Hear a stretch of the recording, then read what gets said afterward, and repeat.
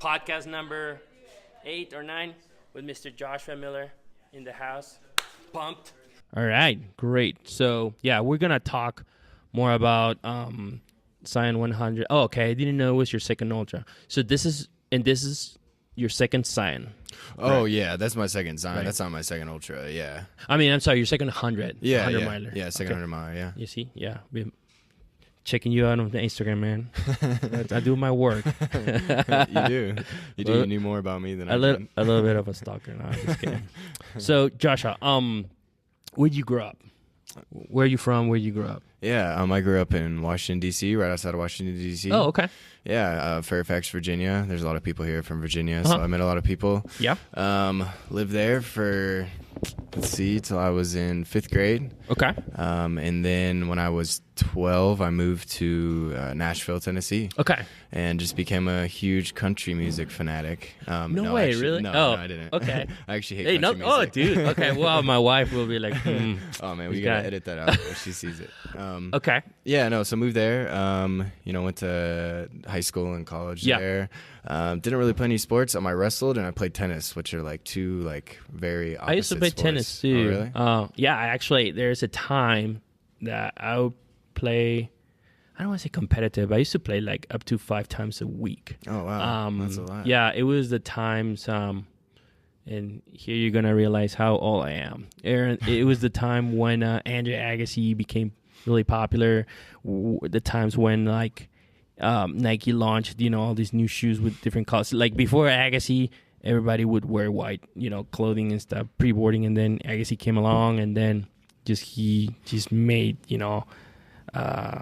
was great. A lot of talking about bright colors. Right? Yeah. I know you like bright colors as well. So yeah, he came back too, right? Because I remember watching him after he came back after a hiatus or something. Yeah. And then he crushed it then too. So just awesome. Yeah, it's awesome. So wrestling and tennis. And I'm gonna ask you more questions about that. But one of the things that I think we were talking about before, we started this recording was that, so I was doing my research and I was learning about the things I used to do before, years ago, and you've worked in, as a strategist, you've worked in innovation projects, you've worked with a bunch of brands, helping companies to, find, the opportunities, the gaps, or what's called the insights to be able to launch new products, services, things like that. So, and then, I see what you're doing with your company now, and I mean your personality, and you strike me as somebody who's both creative and analytical. And the reason why I thought about this because I consider myself like that. So, have you always been like that? Yeah. Yeah. And actually growing up, Salvador Dali was one of my, I guess, not idols, but just somebody I was very interested in. Yeah. And he was the same way. So I kind of just became even worse in that aspect just from learning about him. I've always been like that. I'm very analytical. I'm very creative. I'm very, I can be funny, I can be serious, I can be, tough, but I can be gentle. So it's kind of like this whole juxtaposition. Yeah. And it kind of drives people crazy. Yeah. But, it allows me to learn a bunch of different things and to get to have to face a lot of weaknesses and get better in a lot of things by immersing myself in all these different areas. I did that. Doing insights is completely very analytical, but then you have to turn those analytics into actual ideas and products and things. So that's a creative side. That's a tough job. That's one of the things. And we were also talking about before this recording what I used to do when I used to work for big corporations, and I used to work for brands. I used to work, as a brand manager, and I remember, I used to work with a consumer insights manager person, and I'll be like, man, that's a tough job. Like gathering ideas, and not only that, but like using them to tell, okay, what's the so what or what's next. Yeah. So, and it's funny because have you always considered yourself as both analytical and creative? And I asked this because I used to think that I was more analytical. I didn't used to think I was creative. Like maybe it's because my college degree is in industrial engineering, so numbers focus, analytical focus, data. Yeah. I went to business school and all those things, and it's funny because even as an entrepreneur with Dig Deep now, when I would work with creatives, I would always say something like, yeah, I'm not a creative, I'm gonna have you focus on that. So, but then one day, I don't know, I just started thinking about the things that I've done, like being like the videos, that I just started making, or I don't know, even starting a business or starting a new project, takes, I guess, creativity. So I guess, have you always thought of yourself both equally analytical or creative, or did you develop one, type of skill more than the other before? Yeah. I know exactly what you mean. I was definitely very analytical at first. Both my parents are very, very kind of, they're not dreamers, they're very like realist type of people. Oh, so yeah, so anytime sounds I would familiar. So anytime I would kind of get off the rails a little bit, like in the creative aspect, they would kind of like bring me back. And I guess kind of growing up like that, I kind of stuffed that down, I guess, because I thought I wasn't allowed to do that. But then, working in advertising, that just came out immediately. And it helped a lot because I was able to, translate all this data and information and insights to the creatives and actually work with them on it. So it really helped create a more like cohesive project because there wasn't anything lost. Because a lot of times when you're doing all the numbers and the interviews and the research and you pass it off, there's some stuff lost and you might not create a product that you thought would be the end result. But and I'm like really good friends with all my designers and, people, actually 3 of the people that went on to Crew Zion were designers and like creative directors that I used to work for. So it really helps to kind of try and do both of those things. But I'm definitely kind of off the rails now in terms of like creative versus analytical. So no, I hear you. It's funny. I just had this memory of one of my first experiences working with creatives. So basically, I'm leading this meeting, asking designers to create, I think, a new packaging. So I created this brief, and when I was giving instructions to them, I was like very, very, very specific. And they gave me this look like, no, this is not how we work here. You need to give us some freedom. So it was kind of like, it was not easy at the beginning, because that's when I first realized that, okay, the way we work is, I'm going to come up with some ideas, guidelines, but and that's how I like to, conduct business. So that's my philosophy is like, if I work with a creative, I'm just going to give you the guidelines and I'm going to give you completely freedom, to do what you have to do. That doesn't mean that that's necessarily, whatever thing they create, the final design or the final thing. But that's it was talking about it was not it was kind of an awkward meeting. I remember that, but it was and why is because at first, they don't trust you, because it's like you're out there doing all this stuff and telling them what to do. And you're younger, too. Yeah. And then you hand them all this information and they're like, what, you're telling me to make this thing? Like, why should I do it just because you're telling me? So I kind of learned over time just to, bring them out to coffee or bring them out to lunch and then explain it to them. Or just, bring them along in the process, bring them into some interviews, halfway through my findings, bring them in and be like, this is what I think, what do you think? So it took a long time to really prove myself to them. But once I did, I kind of could, streamline the process by knowing that they trusted me, so I could just hand things over. So, I was gonna say, do you have any particular memories when growing up? When you started, you can remember when you started developing those analytical or creative skills. When you were a kid.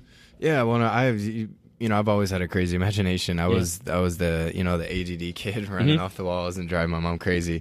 My brother and me always fighting and stuff. So, but yeah, I was pretty wild as a kid, and my mom kind of tamed me down, and that forced me to do things like read books or do research, or I was really into Bigfoot and the Bermuda Triangle, and really, all that stuff. I was super into myths, and that kind of kind of tamed me a lot. Yeah. And you know, she was really smart for doing that because it was a way to tame me down without me knowing that. Yeah. But yeah. And then I went to actually private school, like Christian school, from kindergarten until 5th grade. Okay. And it was a very, like, you know, there was one class per grade, you know, you had to follow the rules and, you know, be perfect and stuff. Yeah.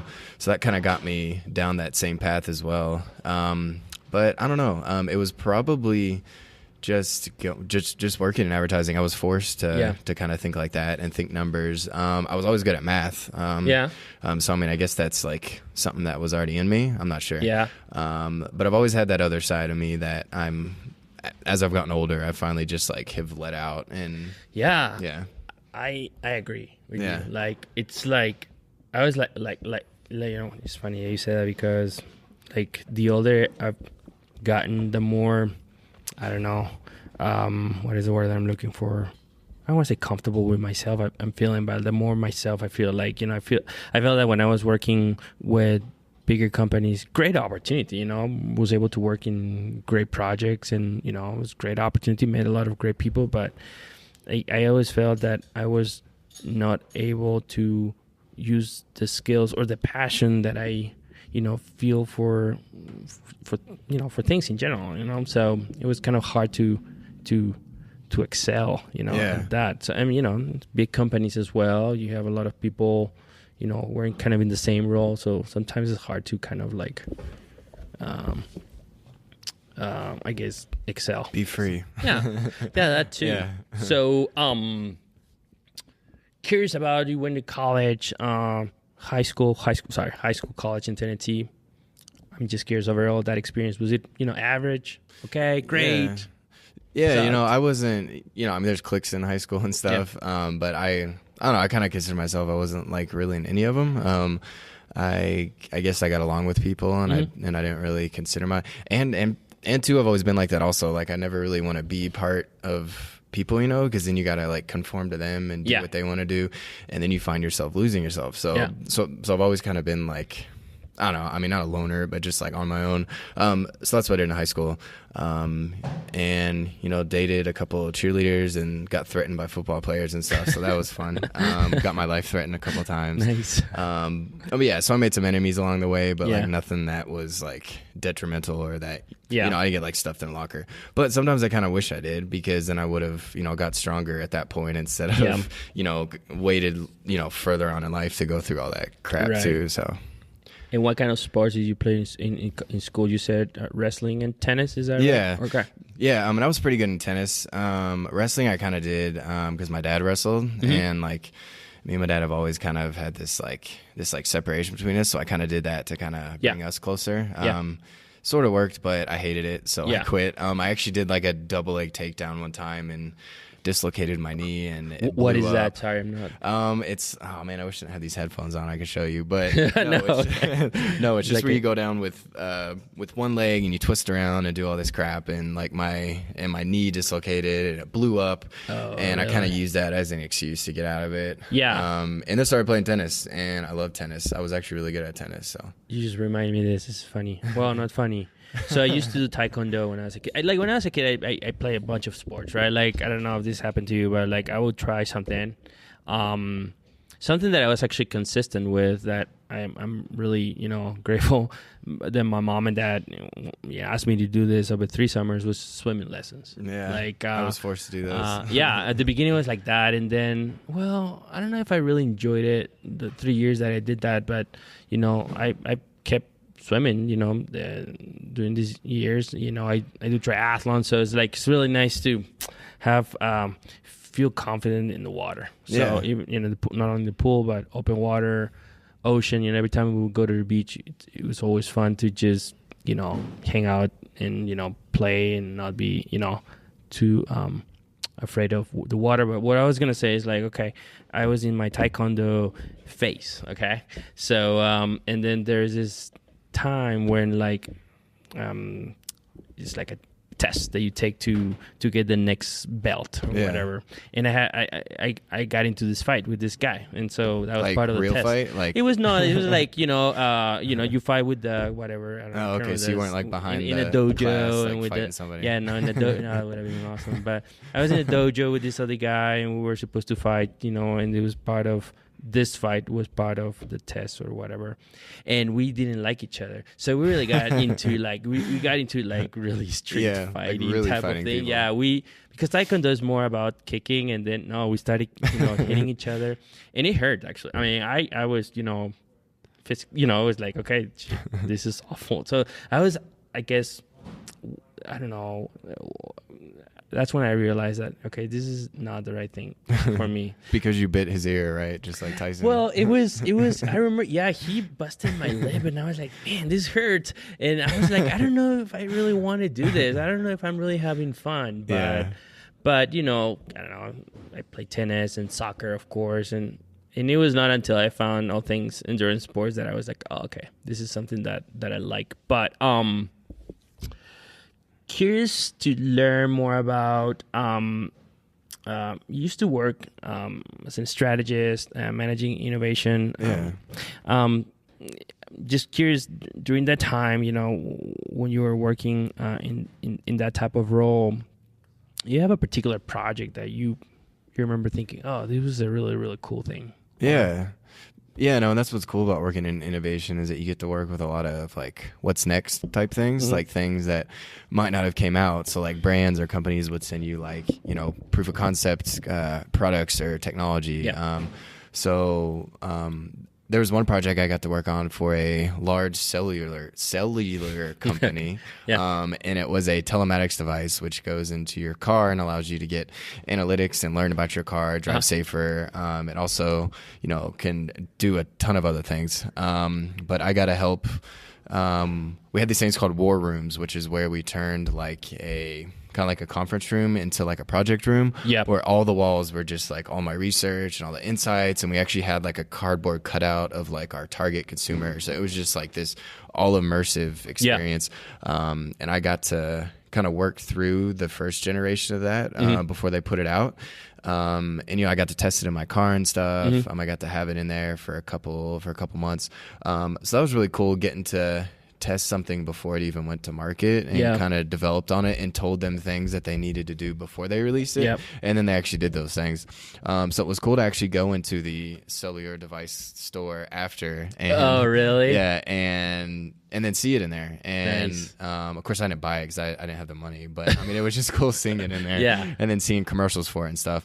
But yeah, that was awesome. And then there's another one actually for a large consulting firm. We told them how they could use the Apple Watch within their company, and this consulting firm had about 70,000 people worldwide. Okay. So I developed this white paper that told them how to use the Apple Watch and how they could use it to track their expense reporting, their time management and stuff.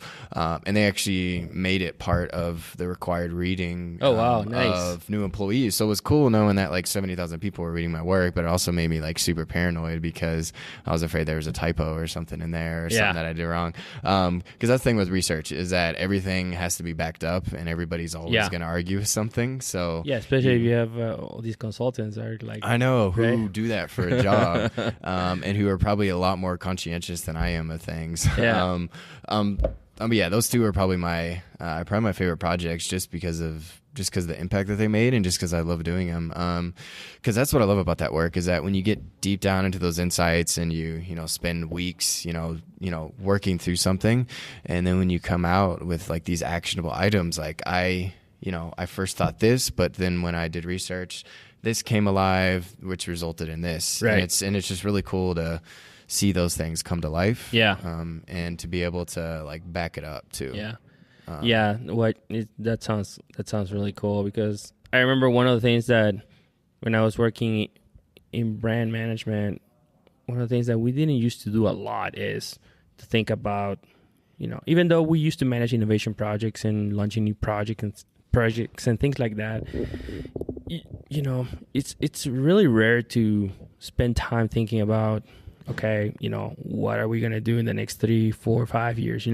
most of the time you focus on the day-to-day operations, managing your budget, you know, I don't know, running promotions, things that are really short-term focus, you know, things like that, which is, you know, I guess part of the job. But I always used to have the best times or memories when every time we would get together with our ad agency or creative agency or, you know, all kinds of summits, because it was a great opportunity to stop, you know, doing what I used to do and then, you know, start thinking, you know, other things, and you know, it was always fun, and it would always push me to think, you know, all kinds of things, and it was great. It makes me sound like a hipster though, because I'm like that with music too. So like when music comes popular now, I'm like, oh, I knew about that 3 years ago because I did research on this music artist. So, I mean, sometimes it can be bad. You do. I love what you say. So you say you do music research, because I do the same thing. Really? Okay, so what? Completely random question.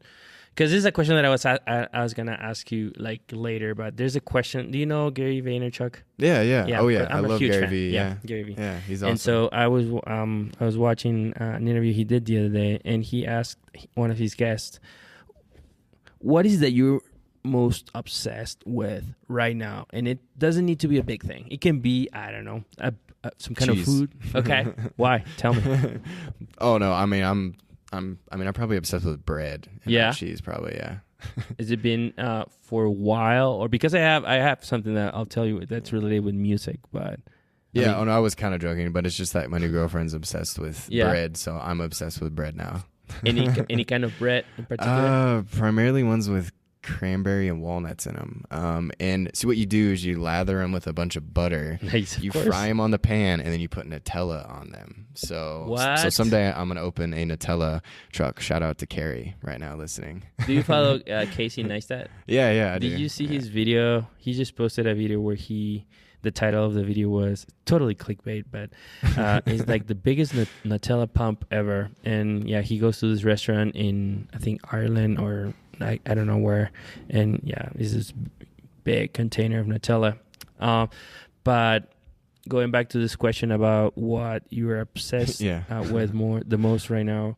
So I love music, all kinds of music, and there's this band called Krumben, and completely weird. What does it mean? Krumben means like airplane in Thai. And how did I come across that? That's very random. So so this is what happened. I was on Facebook and I followed this band called the Madsen 2. So it's a duo from San Diego, and I saw they were gonna be here, gonna play here in Denver, and they were actually opening. This time they were opening for this other band called Krumben, and I'm like, whatever. So I go on YouTube, right? Before buying a song, I go listen on YouTube, right? So do all your research on there and everything. And then I was just like, so these guys, they play some kind of funk music, which I don't know exactly what, you know, I mean, they say that they play funk music, but they have some kind of influence from like Thailand and that part of the world. So, and it's just like 3 people. That's what I love the most. It's like just 3 people, a guitar player, bassist, and a drummer. Really simple equipment, you know, not the drums, really simple set. The bass player, you know, really, really simple chords, you know, real simple. But the guitar player is a genius. And, you know, it's so simple yet so beautiful. And like, I just play that thing every single day. And what's the Thai influence in it? Is it like the instruments, or? I think so. Okay. Yeah, because great question, because most of the music is instrumental. Like basically have, you know, some chorus and all that, but they don't really sing. It's just the guitar. So it's like ambient music, or is it like more than that? It's I don't know. It's hard to explain. Have you listened to the Theory Corporation? Oh, dude, Theory Corporation, coming from DC, man. Theory Corporation is my #1 favorite band. No, so I love that. It's kind of that, like that style. Okay, it's awesome. So it's like down tempo type stuff a little bit. It's more upbeat than, but I would just say it's combination. It's a little more upbeat, but I guess I've been a huge fan of Theory Corporation for a while. The sad thing, about this band is like they're playing right now in Denver. Oh, they are? And I remember when so I ruined it. No, it's not that. It's not you. This happens to me all the time.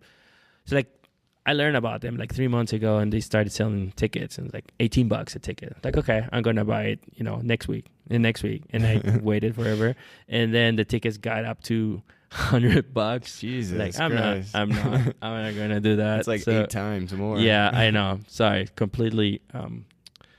Yeah, I got distracted by. Anyway, I like that. Okay. Oh, that's true. I do the same thing, but except for the tickets sell out. So then people get mad at me because then I won't have the tickets. And then I go to Craigslist looking for the song for the tickets, and it's like 30 people looking for tickets. So I was not the only one.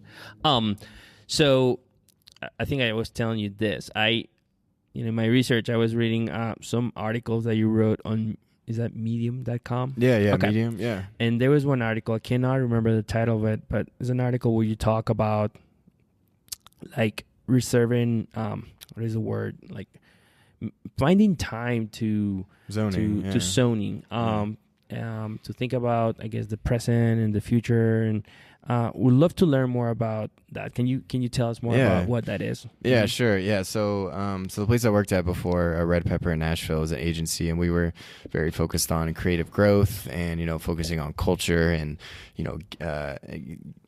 knowing that everybody is uniquely creative, no matter who you are, no matter if you're an accountant or a scientist or an artist. And part of that was getting in your white space, which your white space is that time between like work and play. It's between meetings. It's that time when you have open space to really think. And the thing is that a lot of people fill that time with other things that don't allow them to reach the full potential. So if you don't have something to do, what are you going to go do? You're going to get on your phone. You're going to go get on TV. You're going to, go do something that might help, but it's not going to get you to really go inside. So I kind of look at zoning as like a kind of an intentional meditation. It's not something where you're not thinking about anything, but it's something where you're thinking about the right things in the right way, and getting down to those insights. So actually, there was some research that I did where our brain in the awake state works similar to when we're asleep. So when we go through dream cycles, like REM sleep, they're about an hour and a half long. And when we're awake, our brains go through those same cycles. And after about an hour and a half, our brains lose energy. So those people who are going to coffee shops working for 5 or 6 hours, after about an hour and a half, no matter if you think you're focused, you're really not. So the purpose of zoning was to utilize that hour and a half that you had and make the most out of it. So at the agency, we had these soundproof rooms that didn't have cell service on purpose, and I don't know how they did that, but somehow they cut out the cell service. And so it's an hour and a half time where you plan everything beforehand. So you go into a room, or, it doesn't have to be at work. This could be at your house right now where you're listening to this, and you have something to do that you've been putting off. You get a piece of paper, write down everything that you want to accomplish in the next hour and a half, and you stick that on a sticky note and you slam it on the desk next to you. And you go in there and work. And it's kind of just like a work hustle. You go in there and get everything done and make the most of that hour. But no matter what, after that hour and a half, you stop and you don't keep going. And even if you're in a flow, you still stop. Okay. Yeah. And it's just the best way to make the most out of that hour and a half. Instead of going and reading emails or something. It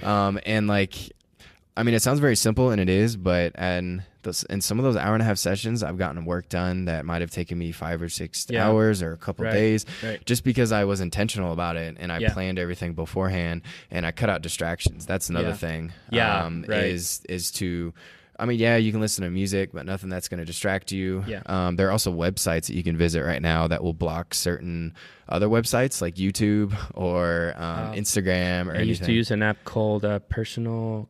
What is it called? Personal control. No, I know what you're talking about. So you would just put one of those on, and I'm sure it helped you to focus and stuff.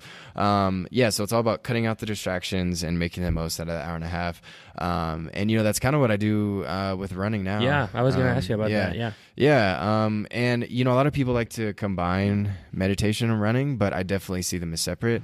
So I kind of look at the mind as like a wild horse, kind of like a stallion. Ooh, a dog. A happy dog. Puppy. Hello. What's up? I want to say hi to him. So a lot of people like to combine them, and that's fine. But I kind of view the mind as kind of like a wild horse, and it's running around, and you can go outside and run 20 miles and exhaust that horse, but after an hour or so, that horse is going to get riled back up once it gets its energy.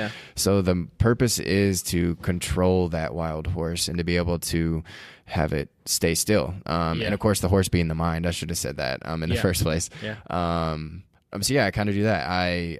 I plan everything before I ran, especially this last training block, because all my training before that was just complete, utter just pain and suffering. I would just go out there and just go VO2 max, high intensity every single time.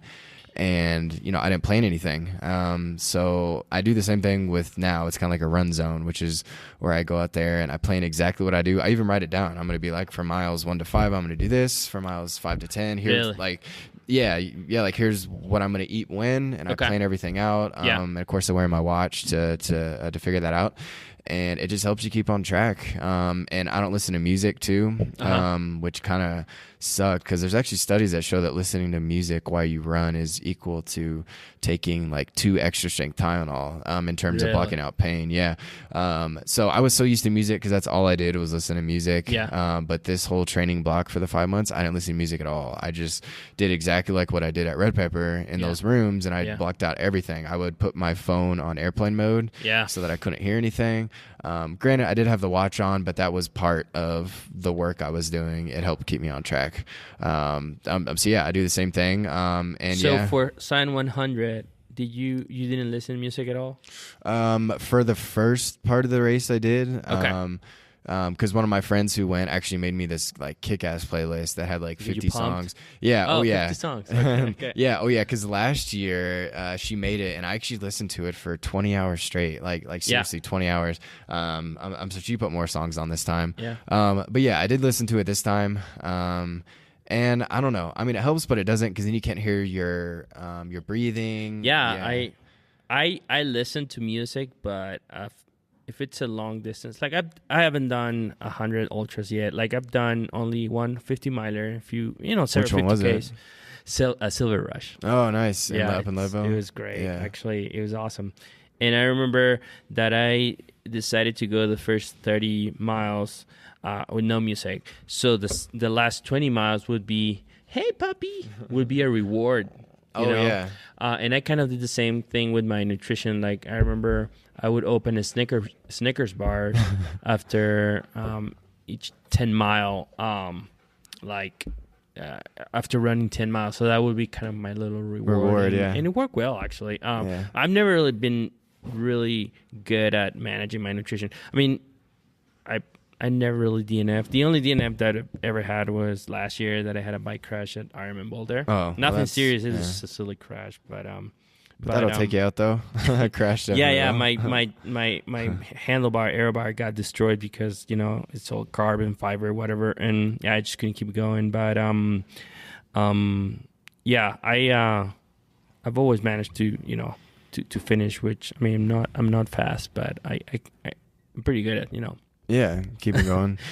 Keep it going. And that's the biggest thing in ultras too is just eating and nutrition. No matter how good you are at running, like the number one reason why people drop out is from not eating right. So that's one thing I had to focus on too. I actually made a hat that had a stick with a Snickers bar hanging down on a rope, and I would chase after it. I was running. No, I'm just fine. But I just thought of that right now, and I might do that next time. Or like a Nutella smoothie or something. Yeah, just get somebody faster in front of you, like with Nutella smothered all over them or something. I don't know. That'd be kind of gross, I guess. Awful. But anyway.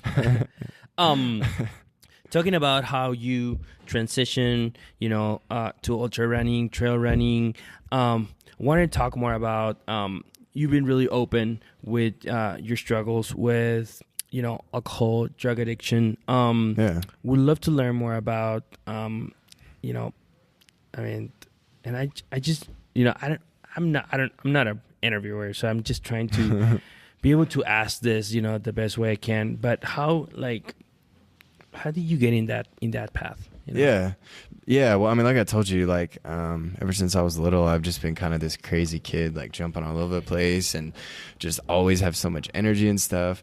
And that's how I like living life. And I do that now, even though drugs and alcohol aren't in the picture, but, so if life got quote unquote boring, or if I wasn't like at my highest and I felt like adrenaline wasn't through my bones, I would find something to do. So I used to do BMX, I used to do skating, that got my heart beating. And, I've been skydiving, I tried all these things, but in high school, I started, using, and it wasn't that type where I went to a party and somebody, shoved coke up my nose or something. It was that I was like seeking it out by myself, and I was doing it alone. And it's interesting. Well, because I thought, I don't know, sometimes you get started on those things for, because of your friends or, I don't know, peer pressure, those kinds of things. So, that's kind of how they say addiction is genetic, and I do believe that it is to a point, but it is like a coping mechanism. But that was definitely a homie. I can't blame that on anybody. I started that in high school, just dabbling around in it. I thought I was like this like awesome like Frank Sinatra guy, but of course I wasn't. I was the guy like at parties like just doing crazy shit all over the place and being stupid. So I could manage it in high school. I was using a couple times a week, just just doing it just to have fun. But then in college, I actually didn't drink at all in high school. Okay. I just did a bunch of drugs, but no, then when I got to college is when it because you didn't like, how fell drinking? Like, okay. Well, actually the first time I drank and the only time I drank in high school was me and my buddy were in my parents' house up in my room, and he had got one of his brother's friends who was older to buy us a bottle of Jaeger. The best thing to drink the first time you're going to drink alcohol. Of course. And he didn't want any of it, so I was like, all right, shit, I'm just going to drink the whole thing. So it was a fifth of Jaeger, and I drank the whole thing that night and just like threw up all over the place, of course. And so from that point, I was like, maybe alcohol isn't my thing. And, like I said, I'm into that like fast paced, like in your face type stuff. Alcohol is really not like that. I was into the type of things that kind of got you all hyped up and ready to go jump off a building or something. And then live to tell about it. So I did it throughout high school a little bit. I actually lost a lot of friends doing that that I'd had for a long time because they could see me kind of going down the path.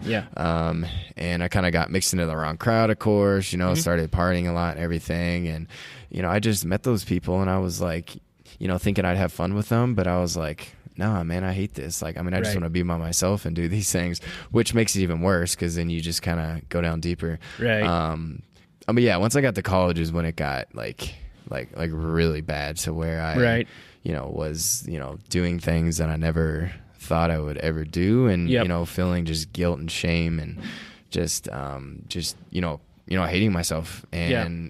And it's weird now to say this, but because I love my life and I love everything and I want to live as long as I can. But when you're in that path, you wake up every day just kind of wanting to die, because you're just like things can't get any worse, and the only way I'm going to stop is if I die or something.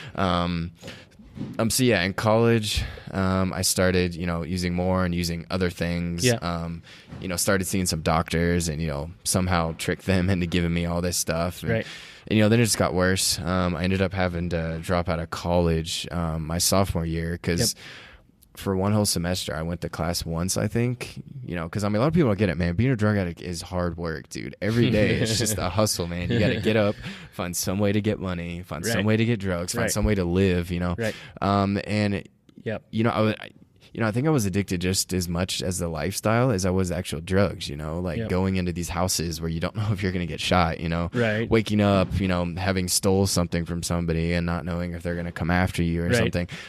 So I kind of was addicted to that lifestyle as much.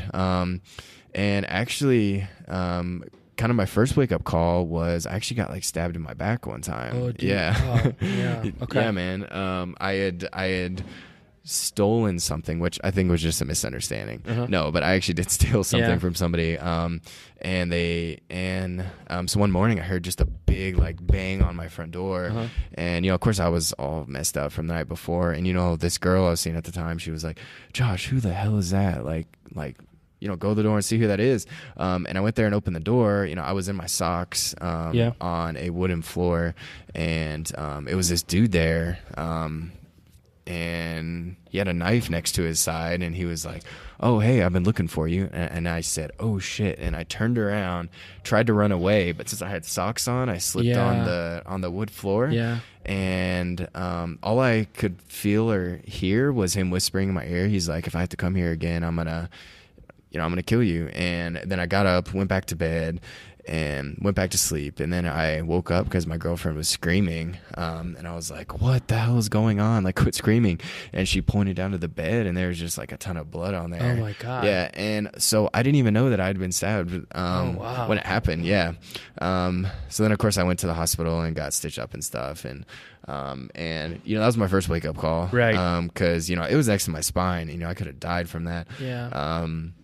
So from that point on, but when you're an addict, like nothing will stop you. Right. So a week later I was using again. Yeah.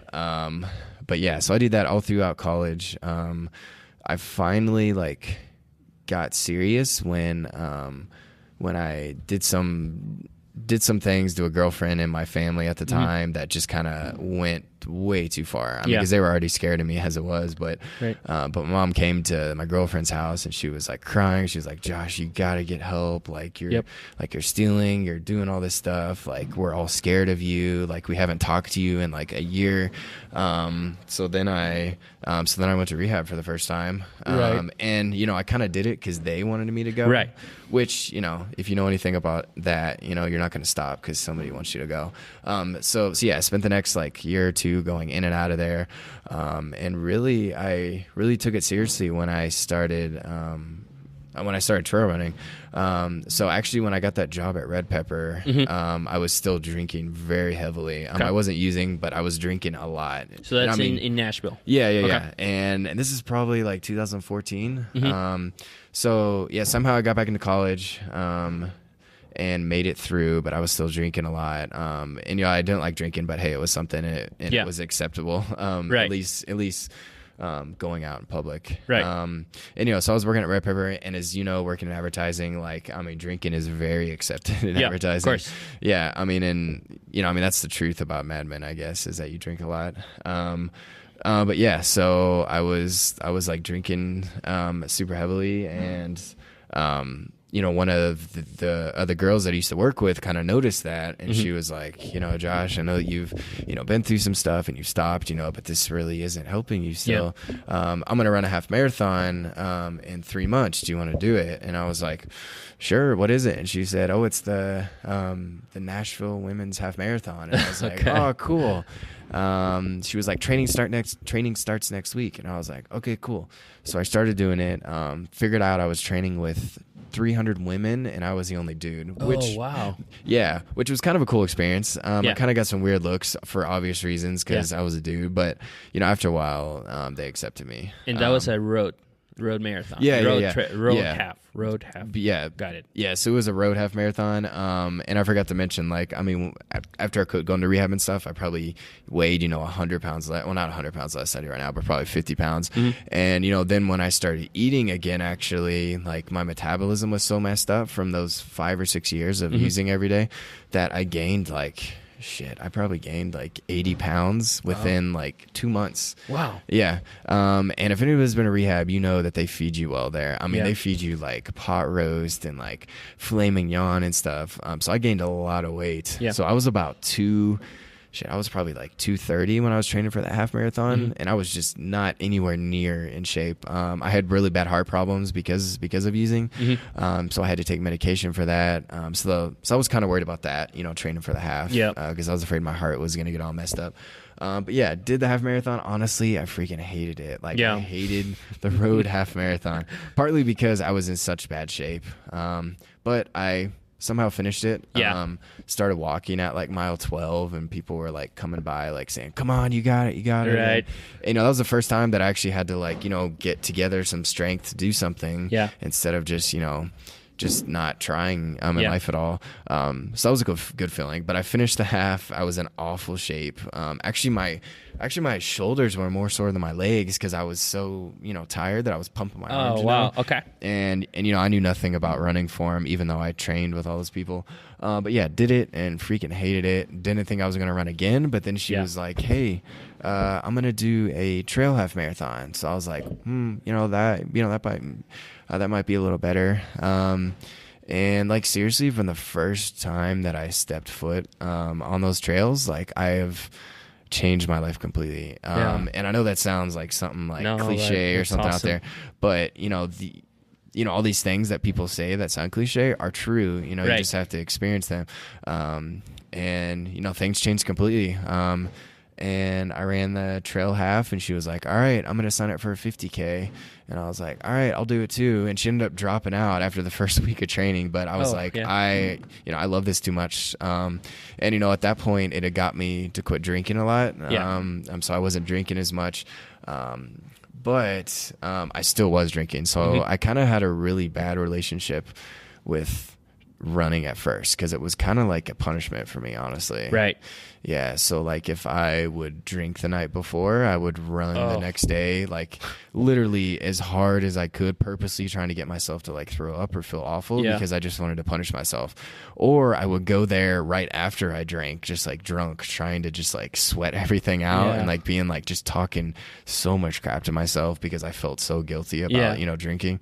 So yeah, I would go out there at like 10 o'clock at night in like January and like have you been like to the East Coast before, like during wintertime? Well, yeah, Michigan, Detroit. Yeah. Well, the cold out there. Humid. The humid cold out there is a lot worse than here. So for sure. Yeah, dry. Like 30 degrees there feels like 0 here probably.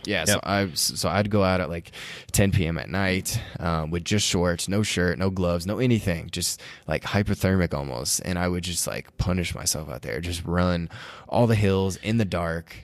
But you did that because you wanted to feel better, or you felt that, I don't know, you were. I'm just curious, like, want to understand, like, is it because you wanted to feel better than how you were feeling, at the time, or just because, I don't know, what is the right word? Like purge. It was kind of like a purge. Yeah. Which I'm sure we'll talk about later, but I mean, that's kind of what Scheme is. Purge that shit. Yeah, so that's what Scheme is based on. But yeah, so I would go out there to kind of purge that all out, and honestly, just because I felt like shit for drinking, I was like, Josh, why are you doing this? Like you're on such a better path now. So I would go out there and just try and run it all out. Right. And actually, most of the time, I would end up then going back home and drinking more. So, so then the next day, I would just punish. So it was just kind of a punishment. So I mean, it honestly wasn't healthy because it's the same as somebody who like cuts themselves. Right. I was out there punishing myself. Right. But that did get me a lot faster and a lot stronger because I was putting myself through all that. And during that time, I realized that I might not be like the strongest person in the world or the most agile, but I can sure as hell like go harder and faster than anybody. Like, I'm somebody who's not ever going to stop. And that's kind of how my body is built. And that's how I figured that out was through those times of just running out there, was that, I was like, holy crap, I can go forever. So that's when I first kind of fell into trail running and when I kind of quit drinking. So kind of over the first year of starting to trail run, I just slowly quit drinking. And of course I wasn't like using or anything. Right. It definitely saved my life. And what year was that? This was probably 2015, 2014. And it really did save my life, because I know for a fact, like I would just be on the same path right now. I might be dead right now, which is pretty cool. That's amazing. Like that story that you just shared, your coworker, your friend, invited you to join, these training sessions, and that's just because I'm sure you at the beginning you were like, I don't care about this, I'm just gonna do it, and then just ended up changing your life. And when did you move to Boulder? Did you move here? Was that motivated by hey, I want to, I don't know, go to a place where I can run more? Or, yeah. Yeah, I mean, it was partly that, but it was mainly, even though I wasn't like drinking like before I moved here back in, it was almost 2 years ago. But I could feel myself being pulled in that direction more. Yeah. Because that's what sucks about this, is that I'm gonna have to live with this for the rest of my life. I just got to figure out ways to combat it. Right. So I was like, oh my gosh, I can feel myself kind of getting on that same path. Yeah. I can feel myself getting tempted. And so I just left Red Pepper. And because honestly nobody made me drink or anything, but that's that just wasn't the atmosphere for me. Of course. Oh, yeah. Because I couldn't handle it, honestly. And I fell in love with trail running, so I just I was in Nashville. I didn't have a job. I didn't know what to do. I didn't really have much money saved up, but I was like, I love trail running, and it's completely changed my life. And I had visited a friend here. Probably about 6 months before I moved here, and I was just like, fuck it. And I just moved here and didn't have a job for a while, but that worked out after a while. But yeah, it was definitely motivated by kind of both of those, but mainly just because I just love running in the mountains, and I love tapping into that kind of, that whole primal side of being out there like a wild animal. I was just going to ask you about the primal aspect. Your Instagram handle is called Primal Flow, and just curious to learn more about that. I'm sure that reflects your philosophy in your running, but can you tell us more about that? Yeah. Well, I mean, going through addiction, you kind of use what's called your lizard brain, which is like the front, like the prefrontal cortex, which is just your survival instincts. It's sex, eating, and it's three things, but it's just those basic like human functions that allow us to live, and so that's very primal. Got it. Like, I mean, when you're an addict, you're very primal. It's just like, how am I going to survive from day to day? Right. And, I kind of found that kind of translates into trail running. Granted, you're not ending up homeless, almost dying in a dumpster trail running. But, you put yourself through a lot of, especially running here in the mountains, you put yourself through a lot of pain and suffering, but the end result is just amazing. So being out there kind of really taps into that prefrontal cortex of allowing me to kind of feel really primal. And, I just love getting out there. When I'm my happiest is when I'm out there with my dog or just running. Like, I'm out there with just some like really short shorts on with like a buff on my head and like no leash, and he's just running like in front of me or behind me. Like, that's when I'm my happiest. I'm like out of anything, because I feel like I'm like a wolf out there, which is pretty awesome. I mean, I love feeling like a wild animal. Yeah.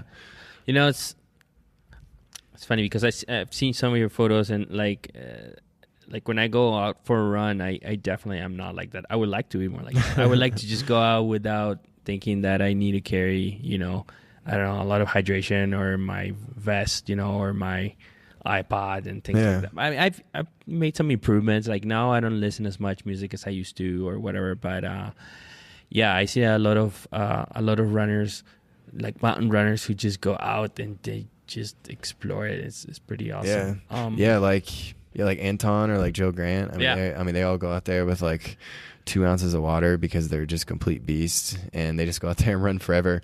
And that's kind of what kind of inspired me first, was living in Tennessee. I saw those guys out there, and I was like, holy crap, like that's me. Like that's how I feel out there. Like, I'm going to be out there in those mountains. Right. So yeah, I've definitely cut back on bringing a lot of things. But I mean, running the mountains, you got to bring water out there. So, don't feel bad about bringing water. Okay. Funny. One day I was running on the Switzerland Trail, which for our listeners, Switzerland Trail is a really popular trail here. It's really pretty. And I was just doing my thing, and I see Tony Kaprichka riding his bike. He's just doing his thing. And today I think I was... Today, just for listeners, the dog is shitting on the ground. There you go. I'm not capturing video. But like today, I saw a post from Tony Kaprichka. He was like, "Yeah, I just rode 200 miles on my bike, just like nothing." So it was just crazy. Yeah, and he does it in like a day or so, which is crazy. Yeah. Or he does his epic like duathlons where he goes, rides, I don't know how many miles, then climbs a mountain, with his skis, and then he does that thing. Yep, yeah, drives from here, goes up to Longs, and comes back here to Boulder. It's pretty awesome. So talking about ultra running, you just finished the Zion 100-miler in Utah. Yep. So this is your second 100-miler. And the first one, it was a year ago, the very same race. Walk us through your experience this weekend. Yeah, so kind of to tell that, I should probably tell a little bit about last year, which was where I didn't have a coach. I didn't really have a training program.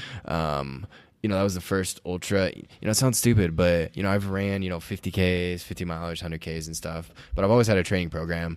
But for training for my first 100-miler, I didn't have anything. I just kind of was like, oh, I know about this now. I've ran, a 50 miler, 100K, which is completely stupid. But I did it, and, every single run was like a VO2 max, like lactic threshold run.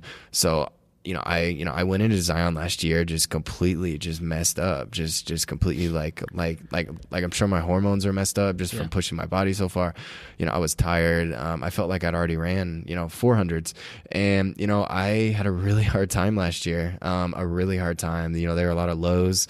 I pushed myself way too hard. I was out of it for a while after, and after that I was like, you know what, I really love this. I really believe that I can do well at this whole this whole ultra running thing.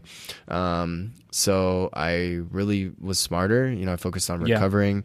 I got a coach. Shout out to Brandon Yonk. Nice. He's an awesome dude. He trained me for this program, which was a lot to take on because I took off 3 months. I took off August, September, and October.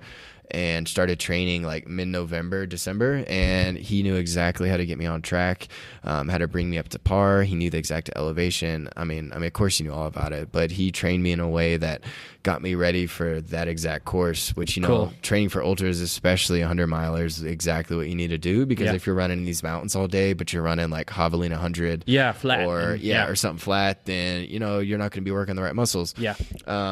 Sense. Okay. Yeah, so I trained really hard. I trained really smart. I have a lot of good people around me that kept me on track this time because I know my personality.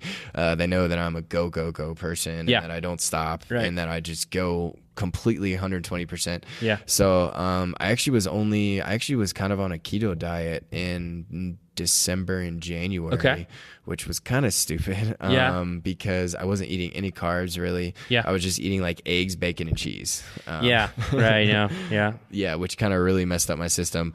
But then I started eating a lot of carbs and stuff, which was actually from my current girlfriend right now, Carrie. She's a personal trainer and a nutritionist, and she was like, dude, you're crazy, man. You need to start like eating something that's supporting these like 30-mile weekend runs. I started, I ate a lot better this time. I recovered a lot better. I took days off. I didn't run 30 miles when I was supposed to only run 20. And I kept my heart rate at a certain rate throughout training. And like I talked about before, I had that zoning stuff where I planned everything out, so I knew what to do. So I went into the race Friday morning. It was awesome because I had 8 people there with me, which was awesome. Oh, wow. That's great. Yeah, I had my mom, my dad, I had Carrie there, I had my friend Jerron, Eiley, and then my aunt. And they all had like their own little thing that they did for me. So I went into that race feeling awesome. I was focused. I was so hungry going into that race. I just wanted to go out there and crush it. I never felt that competitive, and that just like the fire was burning in me. And I'm glad that I felt like that because it really, really helped me throughout the race. And everything was planned for me. And I know my crew hates me talking about it all the time, but like I couldn't have done that race without them. No, of course, for sure. I was just doing the running. They did all the planning. They did all the motivating. For mile 50 to 100, I had somebody running with me. So I had 3 pacers, and they just switched out. Nice. And so that helped me a lot because Zion does have a lot of flat aspects to it. So there's not a whole lot of stimulus, especially at night. So it's really hard for like mentally to stay focused. I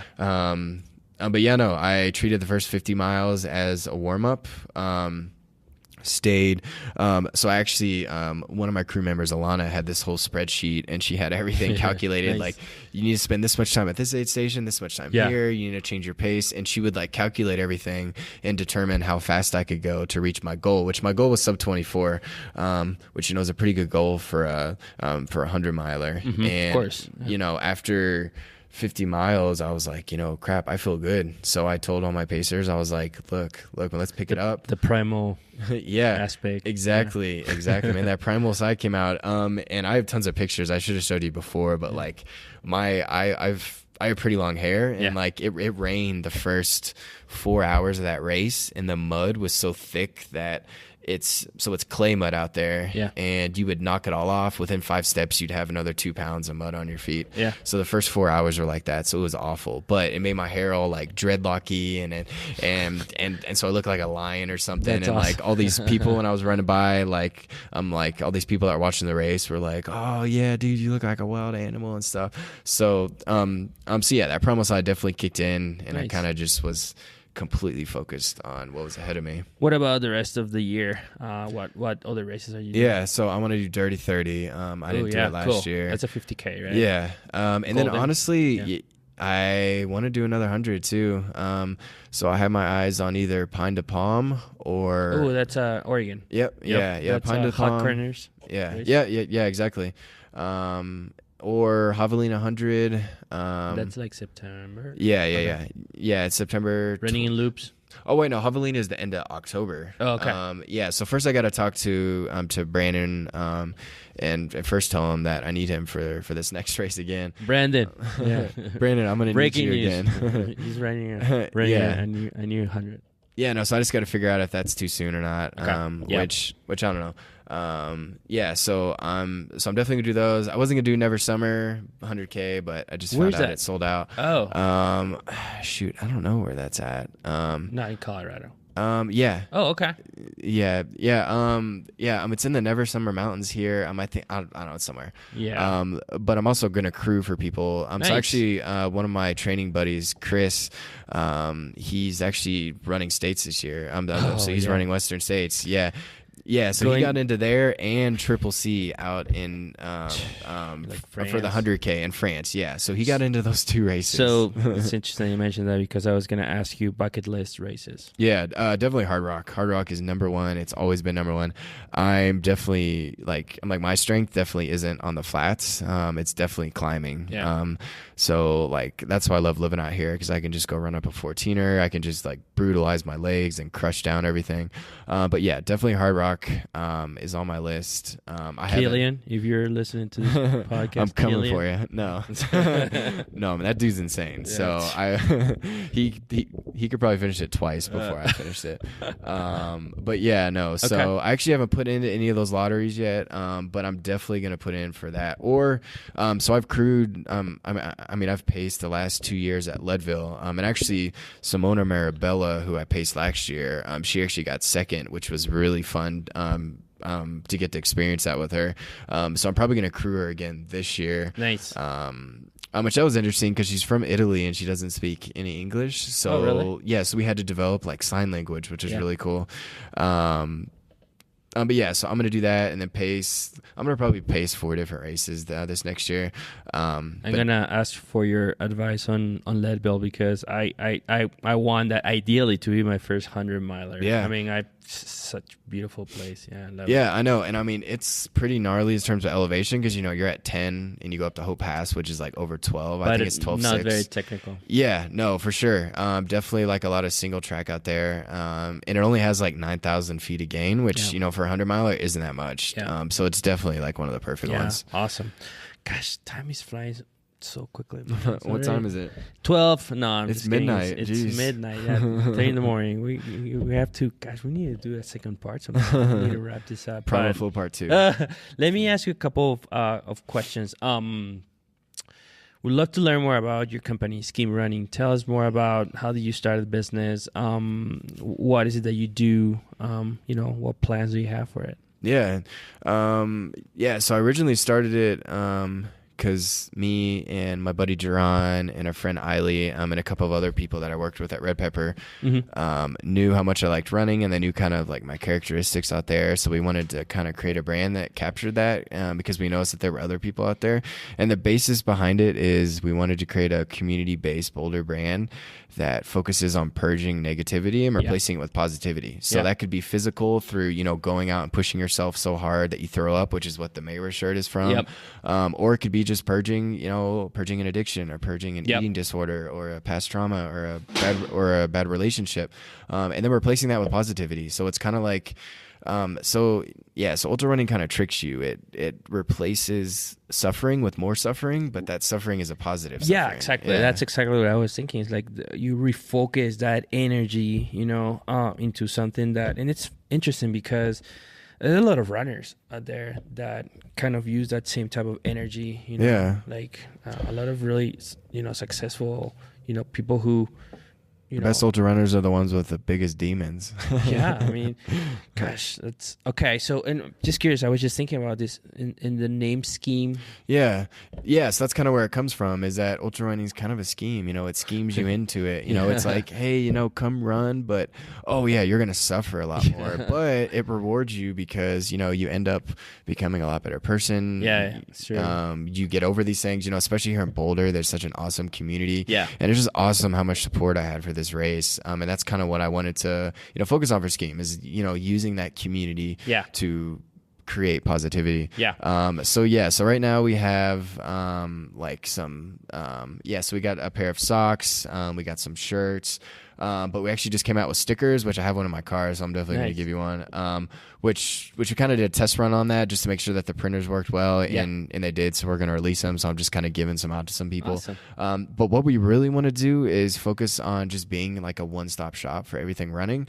So over this past summer, I kind of put on trail tours, which, you know, people that came from out of town, I would, you know, take them on specific tours depending on their ability. So I kind of want to expand that more by doing like trail adventure. So I don't want to say too much because there's not a whole lot of people doing this out there, but kind of just take people on like 1 day, 2 day, 5 day, week-long adventures out in the mountains, and everything's planned for. Like we will have pit stops, we'll have camping gear for them to stop, but also use that as kind of a training block. So if it's your peak week, in your here in Boulder training and you want to just kick ass the whole time, then come see us, and we'll have consultants, or we'll have, you know, specific runners who can run with you and train you to just, you know, get to your peak. So there's a lot of stuff I want to do with Scheme, but right now we're just starting with kind of just letting people know who we are, and that's by, you know, wearing shirts and, you know, giving out stickers and hats and stuff. So I just love it because I'm working with a lot of good people that I worked with before, and, you know, they're all my really good friends. So we're all very passionate about it. Are you designing the like the t-shirt design? Oh, me? Yeah, no, that's my buddy Tyler. So shout out to Redbeard. Because like it's like, and I don't know anything about like, I don't know. It was like an Indian god or a demon or. Yeah, no, that's actually. Like, that's look, I actually have her. I actually have her on my calf right Oh, here. dude, that's awesome. Yeah, so that's so that's Mayra. It's the Buddhist demon of temptation and suffering. Okay. So that's why we have her on the shirt, kind of purging, because she's purging that temptation and impulse. Right. So that's kind of the icon of which, you know, it could be kind of off-putting to some people, which is what I like about it. Because, you know, I don't want, you know, everybody to like that kind of stuff. Right. No, I really like the colors they use. So one of the things I was asking you before we were talking about is like, I remember I read a post where you said that you know, you used to wear like dark colors, or, you know, that was what you used to do. And then I think, is it that since you moved to Boulder to Colorado that kind of changed? It's like you discover, you know, who you really are, and you know, that's actually part of your personality now, that wearing bright colors, you know, up there in the mountains with your buff. And with my multicolored buff. I love that. Yeah, that's what I do. I mean, like, I was kind of worried for Zion because I was like, guys, I'm not wearing enough colors, like, because I only had a couple. But yeah, I mean, that's definitely my personality. So I like using the mountains to express that, and kind of, you know, using those mountains as a canvas, and me kind of as like the paintbrush out there, just, you know, colorfully, you know, running up the mountains, up and down, off trail, on trail. But yeah, I definitely wear a lot of color stuff. That's how people actually knew me when I first moved to Boulder. Was they were like, oh man, it was actually an endurance conspiracy hat that I had on. It was like an orange and the camel. Yeah, which orange. I lost. So if anybody found that on the trails near Boulder, give it back to me. Tony. Yeah. Somebody has it because you can't buy that anymore, I don't think. But yeah, so I started out with that. They were like, "Oh yeah, you're the guy with the orange hat or like the pink shorts or something." Yeah. So yeah, I mean that's just my personality. I'm like a wolf out there wearing like a multicolored buff or something. You should trademark that. I love that, dude. Gosh, this has been really fun. It has been fun. Yeah, I really need to finish this because I need to close the store. Oh yeah. By the way, thanks again, Boulder Running Company, for hosting, letting us host the podcast. Logan, where are you, baby? Yeah, thanks, Logan, store manager. I know, and for the great smell and everything right now. Store manager extraordinaire. But no, actually, thanks again. It was a pleasure. I had fun. We have to do this again. Maybe go on a run. Yeah, no, for sure. You're doing a run this Saturday, aren't you? I'm doing, yeah. So a fun run. So it's a 5K-ish. Okay, 5K-ish. So 20 miles. So really it's like an hour. We're going to meet at the reservoir, and then we just, you know, it's funny because with Dig Deep, when I first started the business, I was focused on just selling, you know, like an entrepreneur, you want to make money, right? Yeah. So I want to sell. And then, you know, little by little, I realized, you know, this thing is something that's much bigger than just selling stuff. It's about building community and trying to improve people's lives. Like, and it sounds kind of silly, but like, I don't know, like I always hear people saying, you know, your daily quote thing really helped me to go through my day. And it's funny, every time I hear that, I'm like, well, I put that quote every single day because that's exactly what I need. Like, I'm selfish. Like, I just do that just to help me kick off my day. Yeah. And so I don't know. I thought let's try to do something that's just more than selling stuff. So, and that's one of the reasons why I'm doing the podcast, and I'm just trying to do the things. I just want to share with people content and, you know, and stuff that people find inspiring, motivating, and also, you know, entertaining. So, but yeah, it's going to be fun. We'll see how it goes. Gonna be the next big fun run in Boulder, so I'm really excited about it. But for our listeners, you can follow Joshua's Adventures on Instagram. That's Primal_Flow, and you should go and check out his website for Scheme Running is www.schemerunning.bigcartel.com. Yep. Thanks again for your time. Yeah, See you in the next opportunity. All right, I'll probably see you Saturday. All right, I love that. Man. Thanks, Josh. It's nice meeting you. You too.